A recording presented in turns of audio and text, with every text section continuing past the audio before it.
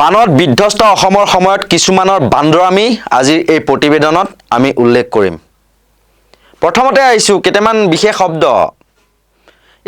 ই টপাটো কুলক্ষণীয়া, ইয়াৰ কাৰণেই বানপানী হৈছে। এজন মন্ত্ৰীক উদ্দেশ্যি এজন বিধায়কে কয়। তাৰপিছত আকৌ কয়, তই এই টপা মূৰটো লৈ পেলাই জলসিঞ্চন মন্ত্ৰী হৈছ, তই কেনেকৈ বানপানী ৰখাবি? তাৰপিছত আনটোৱে কয় আকৌ বোলে তইতো টপা।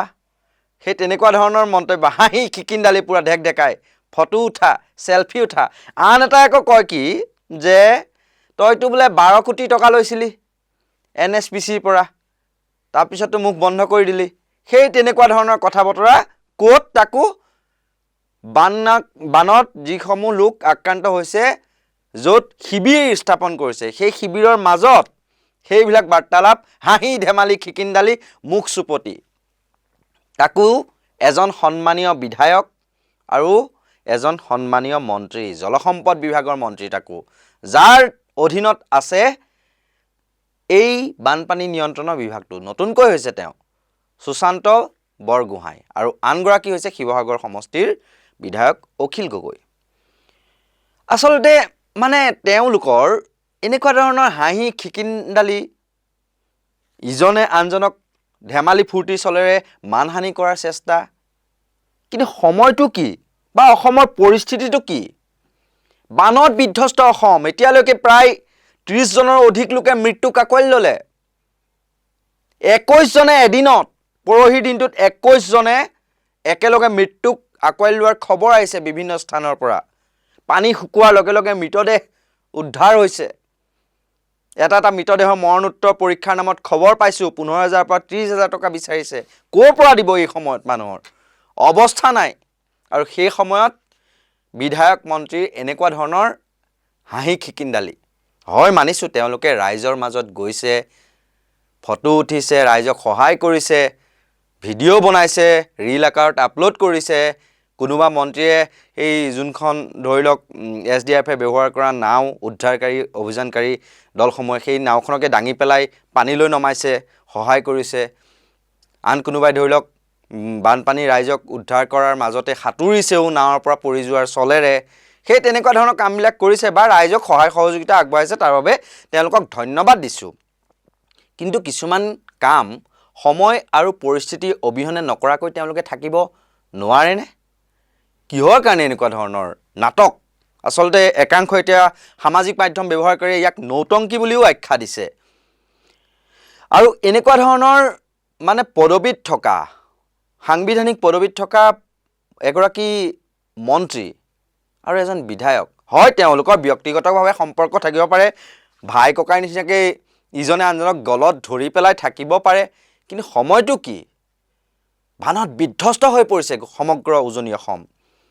এতিয়াও শিৱসাগৰত ডিঙিলৈকে পানী উঠিছে, গম পাইছোঁ। কেনে কষ্টৰ মাজত মানুহৰ পৰিয়াল আছে, চাঙৰ ওপৰত উঠি আছে, বৰচাং, কিছুমান টিঙৰ ওপৰত উঠি আছে, গছৰ ওপৰত উঠি আছে মানুহ। আৰু সেই সময়ত এয়া বান্দৰামি ইহঁতৰ। বেয়া নাপাব, বান্দৰামি শব্দটো ব্যৱহাৰ কৰিছোঁ এইকাৰণেই, যিবিলাক পৰিৱেশ আচলতে দেখিছোঁ। দ্বিতীয় এটা দৃশ্য শিৱসাগৰৰে। এটা শিবিৰত মুখ্যমন্ত্ৰীগৰাকী গৈছে, তেওঁক আমি ধন্যবাদ জনাইছোঁ, বানাক্ৰান্তৰ খবৰ ল'বলৈ গৈছে। কিন্তু সেই বানত আক্ৰান্ত যিসকল মহিলা আছে, যিসকল সেই শিবিৰটোত আছে, একাংশই একদম এনেকৈ চেলফি উঠাত ব্যস্ত মুখ্যমন্ত্ৰীৰ সৈতে। তেওঁলোকৰ যেন একো ক্ষয় ক্ষতি হোৱাই নাই। মুখ্যমন্ত্ৰীগৰাকী যেন কাষত পাই পেলাই দুটামান মিঠা মিঠা কথা ক'লে, তেওঁলোকৰ সমস্যা সমাধান কৰি দিম হ'ব বুলি ক'লে। তাৰপিছত মথাউৰিটো অহাবাৰ নিৰ্মাণ কৰি দিম হ'ব, একদম ঠিক আছে বুলি ক'লে। তাৰ পৰিৱৰ্তে চেলফি উঠাত ব্যস্ত, মগন তেওঁলোক।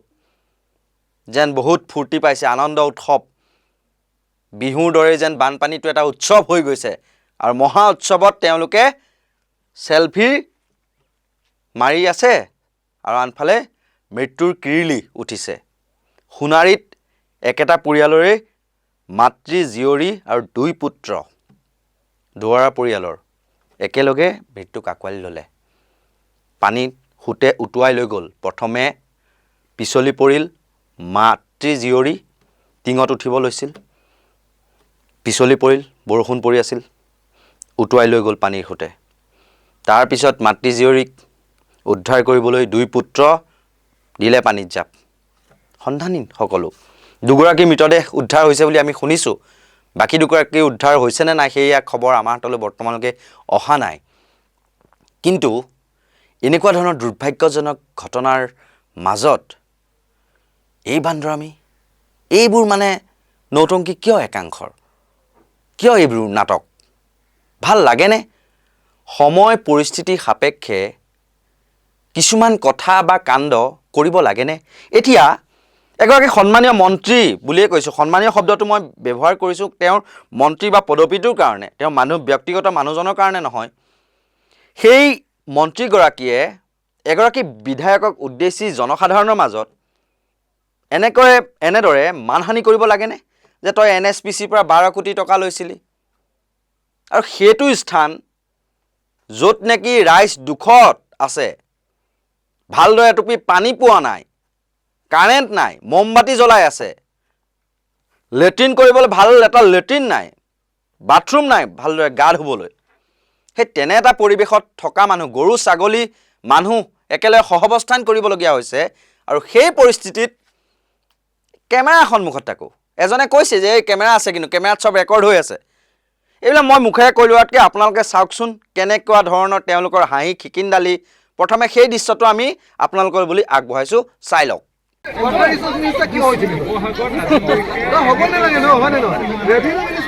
ইয়াৰ ঘৰ হ'ল পৰিয়নিত বেচেৰাটোৱে আহি ইয়াত আহিছে গোটেই মানুহখন ধ্বংস কৰিলে পানী খাবলৈ পাব এনেকুৱা এটা মানুহ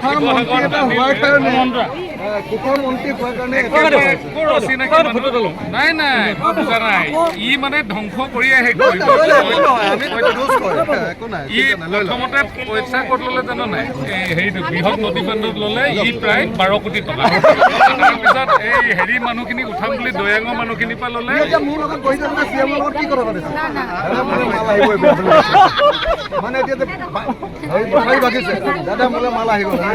চবে ৰেকৰ্ডিং কৰি আছে কৈছে নাই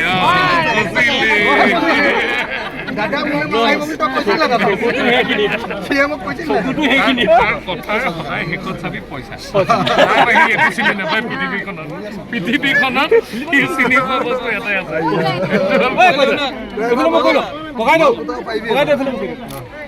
মোৰ এতিয়া নেকি আগৰ পৰাই মোৰ ঘৰটো এইটোহে এই ঘৰটো পিছফালৰ ঘৰটোহে বাইদেউ ঘৰত সোমাই যাবি কালি গৈছিলো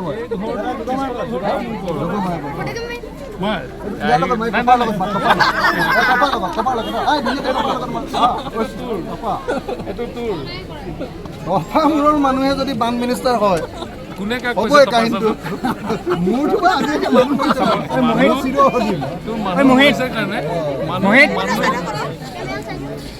फोटो में GPS में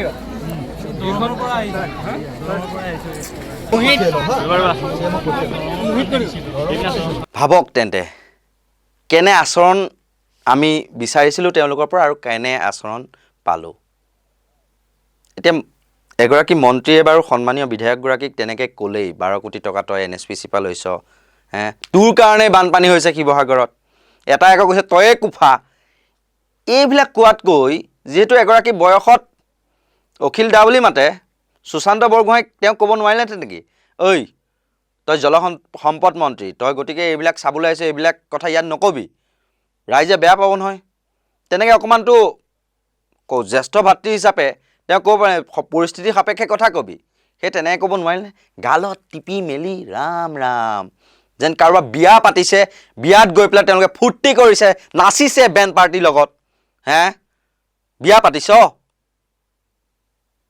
বানপানী হৈছে মানুহ মৰিছে মৃত্যুৰ কিৰলি উঠিছে কি এইবোৰ নৌটংকী কি বান্দৰামি তহঁতৰ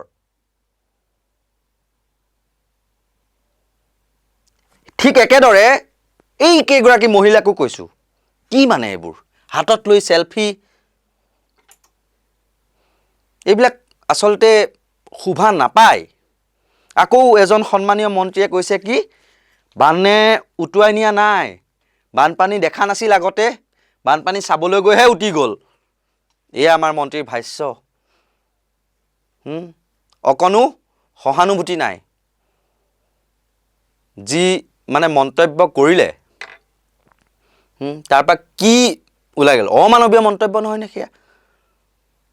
কেনে তাৰমানে টুলুঙা বুলিয়ে ক'ব লাগিব। তাকো মুখত এমুকৰা হাঁহি লৈ পেলাই সেই মন্তব্য কৰিছে। শুনকচোন, আকৌ এবাৰ শুনাই লৈছোঁ সেই মন্তব্য। জেগাত আকৌ এনেকুৱা হৈছে তেওঁলোকে পানী দেখা নাই, চাবলৈ গৈ পেলাই ক'ৰবাত পিছলি পৰিছে। গতিকে কাৰণবিলাক মৃত্যুৰ কাৰণ অকল পানীয়ে উটুৱাই নিছে এইটো নহয়। সেনেকুৱা মই কেইবাঘৰলৈকো গৈছোঁ, নিজে কথা পাতিছোঁ। কিয় গ'ল, কেনেকে গ'ল, আমি যদি ভালকে সোধো তেওঁলোকৰ ঘৰৰ মানুহে কয় নাই পানীটো চাবলৈ গৈছে। এতিয়া কিমান অসংবেদনশীল হ'ব লাগিব এগৰাকী মন্ত্ৰী, ইমান ইজিলি কথাটো কৈ দিলে। আৰু এটা নাটক আমি ক'বলৈ ওলাইছোঁ এই সময়ত। বাহিৰত বৰষুণ দি আছে আৰু ভিতৰত সেইকাৰণে কি কৰিছে, ৰাহুল গান্ধীৰ বিৰুদ্ধে প্ৰতিবাদ কৰিছে। কাৰণটো কি? ৰাহুল গান্ধীয়ে প্ৰধানমন্ত্ৰীৰ আৱাসৰ সন্মুখত কিয় প্ৰতিবাদ কৰিব? বিজেপি পৈতৃক সম্পত্তি, প্ৰধানমন্ত্ৰীৰ চৰকাৰী আৱাসৰ সন্মুখভাগ প্ৰতিবাদ কৰিব নোৱাৰিব? ৰাইজ মৰিছে বানত কক বকাই, 30 জনৰো অধিক লোকে মৃত্যুক আঁকোৱালি ল'লে, হাজাৰ হাজাৰ পশুধন আজি মানে বানপানীয়ে উটুৱাই লৈ গ'ল। কিমান হাজাৰ হাজাৰ হেক্টৰ, লাখ লাখ হেক্টৰ কৃষিভূমি বানে উটুৱাই লৈ গ'ল। তেওঁলোকৰ আকৌ কি ৰাহুল গান্ধীৰ বিৰুদ্ধে প্ৰতিবাদ সাব্যস্ত কৰিছে? ক'ত? তাকো বাজপেয়ী ভৱনত লাইট জ্বলাই লৈছে বাৰান্দাত। বাহিৰত বৰষুণ দি আছে, প্ৰতিবাদ কৰিব নোৱাৰে তিতি। তাকো হাতত প্লে কাৰ্ড লৈছে কি? বিদেশত মানে ভাৰতক অপমান কৰা ৰাহুলক হিন্দুস্তানে সহ্য নকৰে। তহঁতৰ প্ৰতিবাদৰ অৰ্থ আছিল কি? তহঁতৰ প্ৰতিবাদৰ অৰ্থ আছিল এইটোৱেই যে ৰাহুল গান্ধীয়ে প্ৰধানমন্ত্ৰীৰ আৱাসৰ সন্মুখত প্ৰতিবাদ অগণতান্ত্ৰিকভাৱে, সেইটোৱে তহঁতে বেনাৰত লিখিব লাগিছিল। মানে এই যে আগতে যে কৰিছিল প্ৰতিবাদ, সেই তাৰে বেনাৰ, মানে নতুনকৈ বেনাৰ ছপা নকৰি সেই আগৰ বেনাৰে লৈ থাকিল যে হাতত, পাহৰিয়ে থাকিলে। বিদেশত যে ভাৰতক অপমান কৰা বুলি যে ৰাহুল গান্ধীৰ বিৰুদ্ধে অভিযোগ তুলি এটা সময়ত যে বিজেপিয়ে যে প্ৰতিবাদ কৰিছিল, ৰাজপথত সমদল বাহিৰ কৰিছিল, তাৰে প্লে কাৰ্ড আনি পেলাই কালিৰ প্ৰতিবাদটোত লৈ পেলাই বহি আছে অশোক সিংহাল, ৰূপক শৰ্মা আৰু ৰহাৰ বিধায়ক শশীকান্ত দাসে। চাওক, স্ক্ৰীণত আপোনালোকে দেখি আছে এইবিলাক। তেতিয়া এইবিলাক নৌটংকি থাকিব লাগিছিল ক'ত? আজি নগাঁৱত কি বানপানী হোৱা নাই? আজি উজনি অসমত প্ৰত্যেকগৰাকী মন্ত্ৰী, প্ৰত্যেকগৰাকী বিজেপি নেতা আজি উদ্ধাৰ অভিযান তেওঁলোক উতঃপুতঃ লাগিব লাগিছিল নে তেওঁলোকে ৰাহুল গান্ধীৰ বিৰুদ্ধে এনেকৈ প্ৰতিবাদ কৰিব লাগিছিল? আৰু এটা কথা, কংগ্ৰেছে প্ৰতিবাদ বাহিৰ কৰিছে ক'ত? বোলে ৰাজীৱ ভৱনৰ পৰা যাব ক'লৈ? বাজপেয়ী ভৱনলৈ। বাটত আহিল বৰষুণ, বৰষুণত তিতে কেনেকৈ? বিৰোধীত থাকিলেও তেওঁলোকতো নেতা, বিধায়ক আছে, বৰষুণত তিতিব নোৱাৰি তেওঁলোকে প্ৰতিবাদ বন্ধই কৰি থ'লে। আৰু এই সময়ত এনেকুৱা ধৰণৰ প্ৰতিবাদবোৰ শোভা পায়নে? দুটাকৈ জ্বলন্ত বিষয়। দিল্লীত কি হৈ আছে? শিক্ষাৰ্থীয়ে প্ৰতিবাদ কৰিছে, আৰক্ষীয়ে লাঠিয়ে কোবাইছে, অপোচাকধাৰীয়ে কোবাইছে, কাৰোবাৰ হাত ভাঙিছে, কাৰোবাৰ ভৰি ভাঙিছে, আৰক্ষীৰ লাঠিত থকা গজালে গোটেই সমগ্ৰ দেহতে বিন্ধিছে। সেয়া হৈছে ৰাষ্ট্ৰীয় পৰ্যায়ৰ ঘটনা। আৰু অসমত বানৰ যি বিভীষিকা, মৃত্যুৰ কিৰিলি উঠিছে, সেই সময়ত তোমালোকৰ প্ৰতিবাদৰ বিষয় হৈছে কি? ৰাহুল গান্ধী। আৰু এয়াই হৈছে আজিৰ মোৰ এই প্ৰতিবেদনৰ বান বিধ্বস্ত অসমৰ একাংশৰ বান্দৰামীৰ সবিশেষ। এনেকুৱা ধৰণৰ সত্য নিৰপেক্ষ নিৰ্ভীক বিশ্লেষণৰ বাবে আপোনালোকে চাই থাকিব নৰ্থ ইষ্ট নাও। আৰু ইয়াৰ লগে লগে মই কল্পজ্যোতি শইকীয়াই বিদায় লৈছোঁ। ধন্যবাদ।